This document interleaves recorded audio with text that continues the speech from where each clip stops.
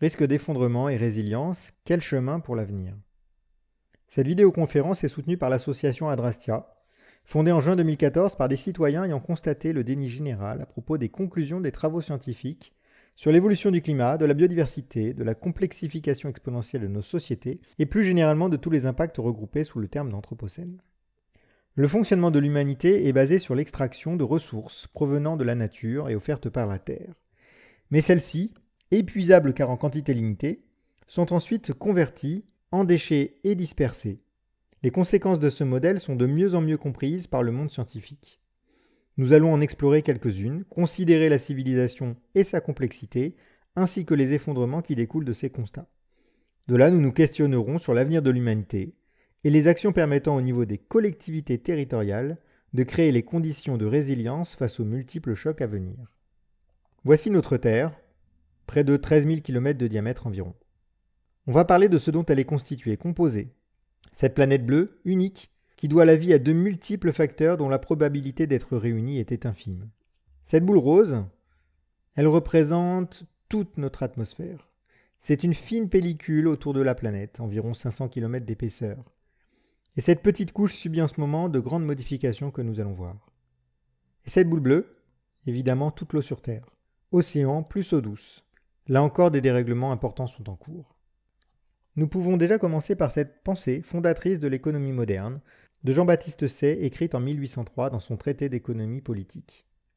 Les richesses naturelles sont inépuisables, car sans cela, nous ne les obtiendrions pas gratuitement. Ne pouvant être ni multipliées ni épuisées, elles ne sont pas l'objet des sciences économiques. 217 ans plus tard, notre modèle économique est toujours basé sur cette pensée. Considérer que les ressources sont inépuisables et gratuites, et que la Terre n'est pas un capital à prendre en compte et à préserver, est un problème. Se basant sur ces principes économiques, l'homme a été toujours plus loin, toujours plus haut. Il a pu le faire de façon spectaculaire et très récente à l'échelle de l'humanité grâce à la découverte et à la maîtrise de 3 ressources fossiles, le charbon, le gaz et bien sûr le pétrole, un concentré d'énergie incroyable. Elles ont apporté une énergie puissante, permettant d'alimenter des machines, nous rendant ainsi surhumains. Ces machines permettent d'extraire du sol des matériaux, de construire de nouvelles machines pour se déplacer plus loin, plus vite et accroître la quantité de produits alimentaires, nourrir une population qui a ainsi passé de 1 milliard à presque 8 milliards en 2 siècles, repousser l'espérance de vie, faciliter le quotidien, créer de nouveaux besoins, etc. Créer le monde d'aujourd'hui. Nous sommes devenus un mélange de Superman et Iron Man avec toutes ces machines à notre service.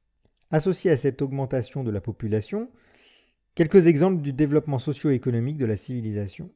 On remarque que les formes des courbes suivent de très près celles de la population. Plus de richesses monétaires créées, toujours plus de mondialisation. On a quitté les campagnes en Occident et on a déménagé vers les villes pour améliorer son niveau de vie. On a besoin toujours de plus d'énergie, que l'on trouve facilement notamment avec le pétrole, pour se déplacer et transporter les marchandises. La société occidentale devient de plus en plus une société de services. Et le monde industriel se déplace vers les pays du Sud. Le boom planétaire est enfin là, et la pauvreté dans le monde régresse, sauf depuis quelques années. L'espérance de vie augmente aussi, sauf depuis quelques années en Occident. En réponse à cet incroyable développement de l'humanité, quelques composantes ici de l'atmosphère, de l'hydrosphère, de la pédosphère, dont les courbes suivent des évolutions similaires. C'est ce que l'on appelle de plus en plus l'ère de l'Anthropocène, une nouvelle ère géologique qui est associée aux transformations remarquables que la Terre a subies. Cette abondance d'énergie a fait de l'humain la seule espèce ayant à elle seule réussi à être une force géologique majeure, capable de modifier la biosphère au point de marquer la lithosphère. Dans une première partie, nous allons étudier l'impact de notre mode de vie sur le climat et la biosphère. L'utilisation des énergies fossiles entraîne par combustion la formation de CO2. Cette molécule est à l'origine, avec d'autres, de l'effet de serre. Sans effet de serre, il n'y aurait pas de vie sur Terre, car la température moyenne serait autour de moins 18 degrés, et les extrémums seraient très variés. Avec des gaz à effet de serre, la température s'est stabilisée autour de 15 degrés, permettant d'entrer dans l'Holocène, une période géologique durant laquelle l'homme a pu se sédentariser et développer l'agriculture. Mais l'activité humaine très récente a impliqué un forçage radiatif, une augmentation croissante de CO2, de méthane aussi dont le pouvoir réchauffant est 30 fois plus important que le CO2, mais aussi de dioxyde d'azote. La conséquence est aujourd'hui parfaitement reconnue par tous les scientifiques. La vision sur le temps long de l'évolution du taux de CO2 dans l'atmosphère n'a ni jamais augmenté aussi vite, ni été aussi élevé sur les 800 000 dernières années. La dernière fois que la Terre était à 400 ppm, c'était il y a 3 millions d'années, et nous en sommes donc bien à l'origine. Ça a quelques conséquences fâcheuses, notamment pour les espèces n'ayant jamais connu ces conditions de leur histoire, dont l'Homo sapiens, pas si sapiens que ça. Voici une vue artistique où chaque bande fine de couleurs correspond à une année. Sur les 150 dernières années, les écarts de température inférieurs à la moyenne sont en bleu, en rouge quand ils sont supérieurs. L'intensité de l'écart est représentée par l'intensité de la couleur. Si la fréquence des écarts à la hausse est sensible dès 1950 environ, l'accélération en fréquence comme en intensité est majeure et en progression constante depuis le début des années 80. Si l'on zoome encore et que l'on améliore la définition, chaque carré étant à moins d'une année. Sur les 20 dernières années, plus aucun événement d'écart négatif. Et encore une fois, une augmentation notable de l'intensité des écarts. L'augmentation de la température moyenne est nette depuis les années 80. Les auteurs des rapports du GIEC interpellent les autorités mondiales depuis plus de 30 ans sur le dérèglement climatique. Les chiffres les plus alarmistes avancés dans ces rapports sont sans cesse dépassés par les mesures réalisées.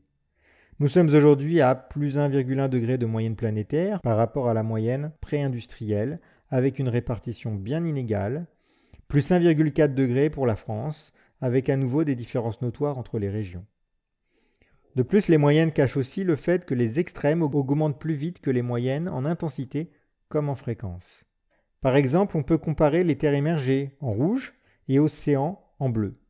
Si les écarts aux moyennes étaient très comparables jusqu'en 1990, les études ont montré une élévation de température bien plus rapide des terres émergées que des mers et océans depuis.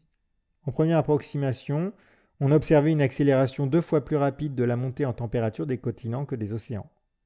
Depuis 2010, on remarque une forte croissance de la température des océans, ce qui a de fortes conséquences sur cet écosystème. Est-ce que c'est vraiment embêtant quelques degrés de plus ? Lors de la dernière ère glaciaire, il y a 200 000 ans, la température était de 5 degrés de moins seulement. Le nord de l'Europe était recouvert de 3 km de glace. On allait en Angleterre à pied. Le niveau des océans était 120 mètres plus bas. La France ressemblait au nord de la Sibérie actuelle, avec 100 000 habitants seulement et une population nomade. 5 degrés de variation de température, en fait c'est énorme. Et cela s'est fait sur plusieurs milliers d'années. Alors qu'est-ce qui nous attend ? Eh bien les récentes publications scientifiques, les rapports du GIEC, les simulations les plus récentes prenant en compte les différentes rétroactions positives, prévoient une poursuite de l'augmentation des températures à un rythme soutenu, tout modèle confondu. Même si demain matin nous arrêtons d'émettre des gaz à effet de serre, nous atteindrons autour de 2040 les plus 2 degrés par rapport à l'époque pré-industrielle, soit environ 1 degré de plus qu'aujourd'hui, c'est-à-dire une augmentation d'ici 20 ans, identique à celle connue depuis l'ère pré-industrielle. Or, chaque dixième d'élévation de température a bien plus de conséquences que le dixième précédent. Il n'y a pas de linéarité entre augmentation de température et les effets de celle-ci. La vitesse de l'augmentation de température est incroyablement plus rapide que lors de la sortie de la dernière ère glaciaire. La fonte des glaciers est une conséquence directe du réchauffement climatique. Et la tendance est nette. Ici, nous voyons l'étendue de la banquise en mer Arctique.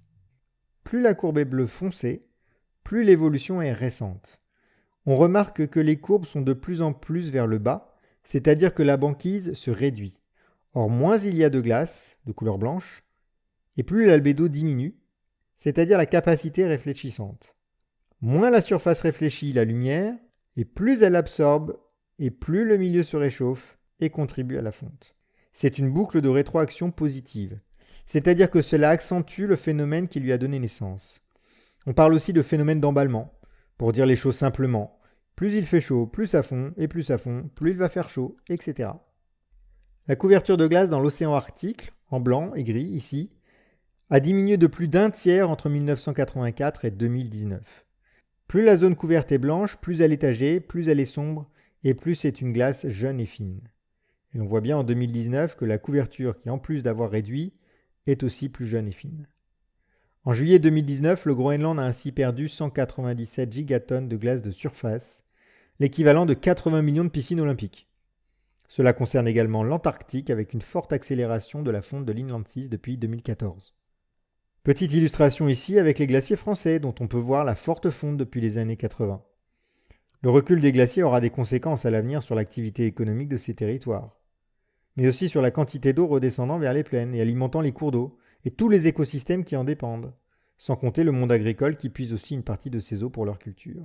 Fin octobre 2019, l'Observatoire pyrénéen du changement climatique a estimé que d'ici 2040, les derniers vestiges de l'ère glaciaire auront disparu du massif. Et il n'y a pas que l'eau qui dégèle, il y a les sols aussi. On parle de pergélisol ou permafrost.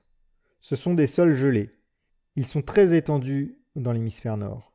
Le permafrost des îles arctiques du Canada a commencé son dégel. C'est 70 ans plus tôt que ce qu'avaient prévu les scénarios climatiques du GIEC.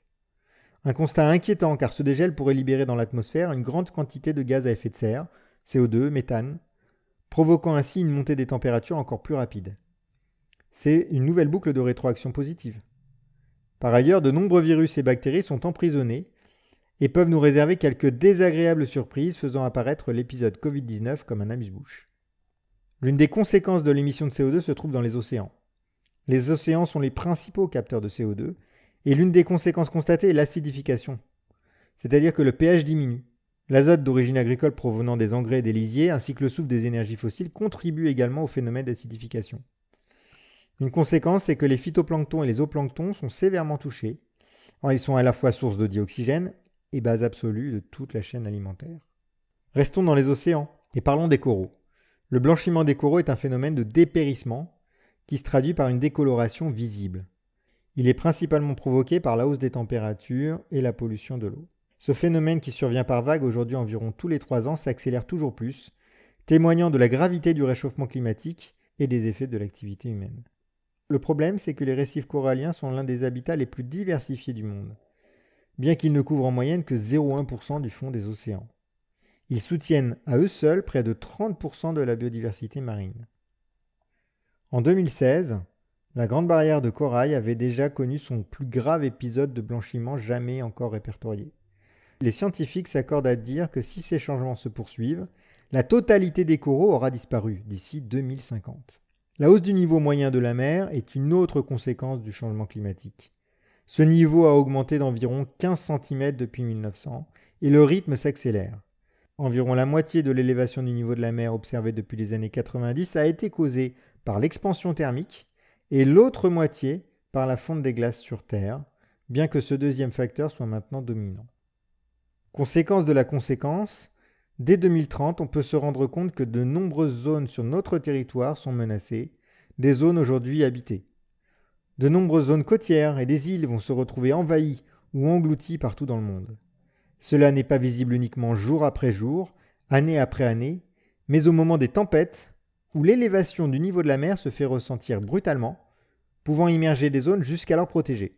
Est-ce qu'il est prévu un plan pour ces villes, ces villages et leurs habitants ? Il y a un autre risque important et croissant, c'est le stress hydrique. Près d'un quart de la population mondiale est en situation de stress hydrique très grave, proche du jour zéro, lors duquel plus aucune eau ne sortira du robinet. L'Europe et la France ne sont pas épargnées par ces dangers. Ce stress est lié à l'irrégularité des pluies, puisqu'il y a moins de périodes de pluie, mais des pluies plus fortes. Les sols sont desséchés, secs comme du béton, et n'ont pas le temps d'absorber l'eau. Il y a aussi la réduction des glaciers dont on a parlé. Toutes les conséquences sur les sols cultivables sont importantes, avec une baisse des rendements agricoles que nous verrons plus loin. Le manque d'eau également au robinet s'est fait ressentir à l'été 2019 dans plusieurs communes françaises, devant acheminer alors des camions-citernes d'eau potable. Et en Inde, en juin 2019, des hommes se sont battus pour l'eau. Plus largement, les populations devront quitter leur lieu de vie, mais où trouveront-elles refuge ? Les forêts sont également impactées sévèrement. Si l'on cumule la hausse des températures et la sécheresse, les forêts se meurent, on a pu l'observer dans les Vosges à l'été 2019. Les feux deviennent aussi plus étendus, plus intenses, battant les records d'année en année. On l'a vu aussi en Australie, en Arctique, en Sibérie, en Alaska ou dans la forêt amazonienne récemment. Ces feux de forêt anéantissent la biodiversité locale et produisent des quantités monstrueuses de CO2 qui accentuent l'origine du phénomène. C'est encore une boucle de rétroaction positive. Si le réchauffement climatique et ses conséquences directes sont bel et bien en train de mettre en péril la survie de quelques espèces, au moins sur leur positionnement géographique actuel, c'est la perte d'habitat qui est le facteur majeur de perte de biodiversité que nous sommes en train de vivre. Ici, plus la teinte est rouge et plus la perte de biodiversité est grande. L'artificialisation des sols, le défrichage, la déforestation, les pollutions, les pratiques industrielles, agricoles et même sociales ne permettent plus qu'aux espèces les plus résistantes et résilientes de survivre. On appelle cela la 6e extinction. Selon l'IPBES, on observe actuellement un taux d'extinction des espèces sans précédent et qui s'accélère. 1 million d'espèces menacées d'extinction sur 8 millions. Quelques chiffres ici, notamment sur les insectes, dans différents pays. Les pertes sont impressionnantes. Ce déclin a été confirmé par l'Organisation des Nations Unies pour l'alimentation et l'agriculture, qui tire une sonnette d'alarme. Si les insectes disparaissent, c'est l'agriculture humaine qui risque de ne plus fonctionner, avec à la clé une extinction de la biodiversité, dont les oiseaux au premier chef.